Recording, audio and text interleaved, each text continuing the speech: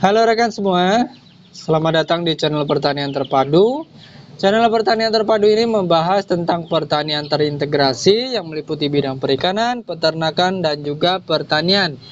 Untuk rekan-rekan semua yang belum bergabung dengan channel ini, saya mohon dukungannya dengan like, comment, share, dan juga tentunya subscribe channel Pertanian Terpadu untuk mendapatkan informasi-informasi terbaru yang rutin kami bagikan.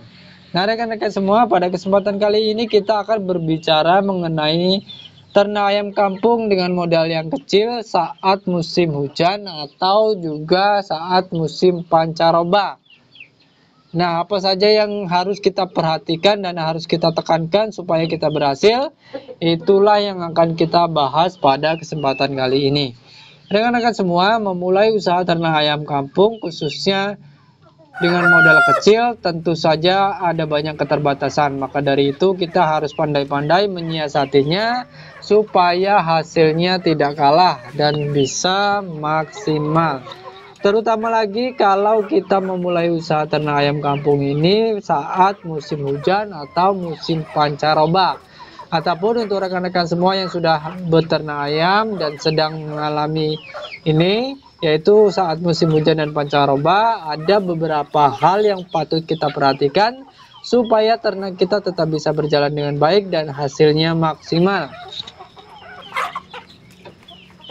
4 hal yang harus kita perhatikan saat beternak ayam ketika musim hujan dan pancaroba. Yang pertama yaitu mengenai kesehatan lingkungan atau kebersihan lingkungan. Nah, di sini rekan semua, saya menempatkan pada lingkungan ini, masalah lingkungan ini pada urutan nomor pertama karena ini akan sangat mempengaruhi terhadap performa semua kegiatan ternak yang kita jalankan.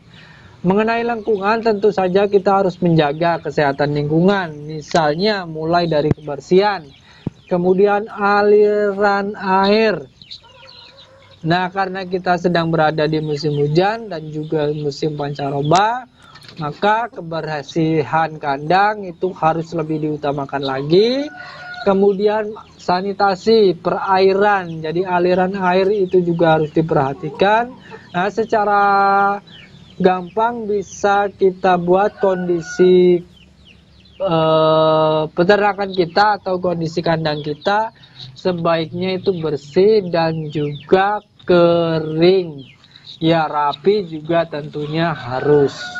Nah, itulah rekan-rekan semua, mengenai kebersihan ini tidak bisa ditawar-tawar. Pertama, kondisinya rapi, bersih, kemudian tidak ada genangan air, tidak ada becek-becek di lingkungan kandang, apalagi di kandang. Nah, itu menjadi syarat mutlak yang wajib kita perhatikan, yang harus kita terapkan. Jadi bersih, kering, musim hujan kering, kalau bisa tidak ada yang namanya lembab-lembab. Nah, untuk rekan semua yang mempunyai lokasi, punya kandang besar dengan atap dan bisa kondisi lantainya itu kering, nah ini sangat bagus karena akan mengurangi lagi resiko-resiko bibit penyakit bisa sampai ke ternak yang kita pelihara.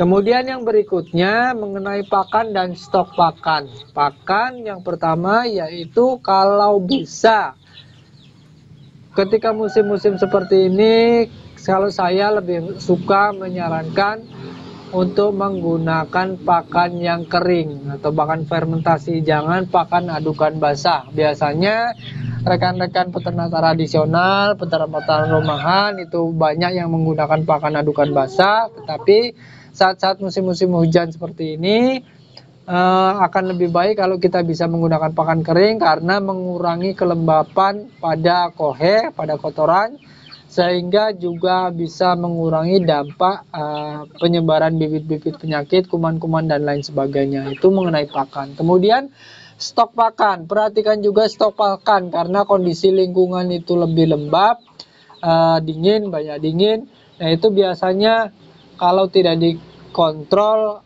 ada pakan cepat berjamur, cepat kadaluarsa seperti itu ya. Jadi pakan-pakan yang tidak dikemas dalam penutup yang bagus, kemudian keadaannya lembab. Nah, ini hati-hati juga karena bisa mengakibatkan cepat berjamur. Nah, bisa juga kita untuk masalah pakan ini menggunakan pakan fermentasi yang kering tentunya, kemudian sudah daya serapnya bisa juga maksimal. Nah, itu mengenai pakan dan stok pakan. Nah, untuk pakan juga perlu dicatat dan dipertimbangkan bahwa jangan sampai menggunakan pakan dengan kualitas-kualitas yang rendah, apalagi buruk, terutama pada kondisi-kondisi musim hujan dan musim pancaroba. Karena nanti performa ayam yang kita pelihara itu bisa menurun dan mudah terserang penyakit. Nah, kemudian berikutnya yang patut juga harus digarisbawahi, diperhatikan, yaitu mengenai daya tahan tubuh ayam. Nah, pada bagian kedua kita sudah berikan penjelasan mengenai pakan supaya itu menunjang untuk daya tahan tubuh. Nah, pada bagian ini kita bisa juga menerapkan untuk memberikan vitamin tambahan jika dirasa kondisi lingkungan itu cukup berat untuk ternak unggas atau ayam kita. Bisa memberikan vitamin tambahan atau bisa juga dengan memberikan jamu-jamuan atau herbal atau pon-pon dan lain sebagainya. Pokoknya itu bisa ditambahkan ketika masa-masa rawan, masa musim hujan dan juga masa pancaroba. Itu mengenai daya tahan tubuh pada ayam-ayam yang kita pelihara. Kemudian yang berikutnya, sebagus apapun yang kita lakukan, sepengalaman apapun yang kita sudah berikan, rekan-rekan semua, yang namanya lingkungan, kondisi alam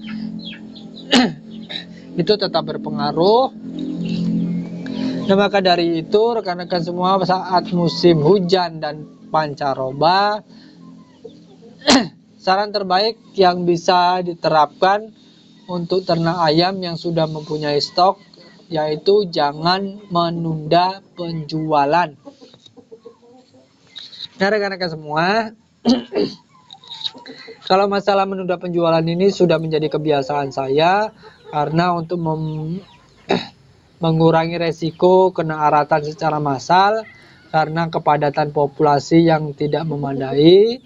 Maka dari itu, ketika kita sudah mempunyai populasi yang cukup, lumayan banyak, kemudian sudah ada ayam-ayam yang bisa kita buang, kita jual, maka dari itu dalam kondisi yang musim hujan seperti ini, kondisi pancaroba seperti ini, jangan tunda untuk penjualannya. Lebih baik semakin cepat kita jual, maka semakin bagus untuk mengurangi, terutama mengurangi kepadatan populasi dan kemungkinan buruk terkena penyakit yang bisa menular pada unggas atau ternak ayam yang kita pelihara. Dengan seperti itu, kalaupun nanti terjadi sesuatu, beban di peternakan kita itu sudah lebih berkurang karena sebagian besar yang bisa dipanen sudah dipanen. Nah, rekan-rekan semua,